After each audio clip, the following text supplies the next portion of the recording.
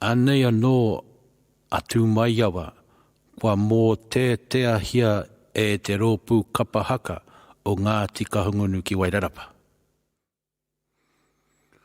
Tu mai awa, tu mai mō ana ko koe, takahi anō ati a ea, tupe au nuku, tupe au rangi, whatiki runga, whatiki raro uruma, ranga ranga pera hokira, taku manunu ina tāne katata, atu ki roto nuku ngā ere. Maya whiwhia, maya rawea, maya whakatakahia.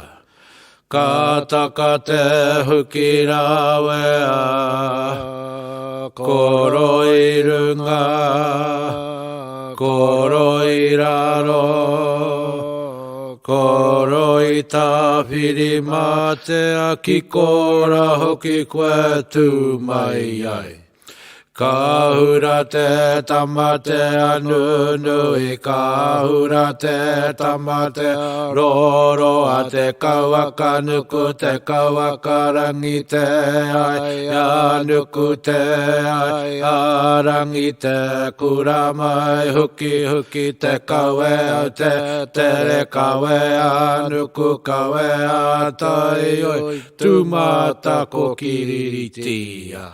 Ho atu waka ki wa ho atu waka ki uta ngaru hinga atu ngaru hinga mai runga te mata wahine ira ro te mata tāne huki nawe nawe tēnei te waka ka waka iria ko tā ki te mute waka e ko tamate ariki nui te tangata.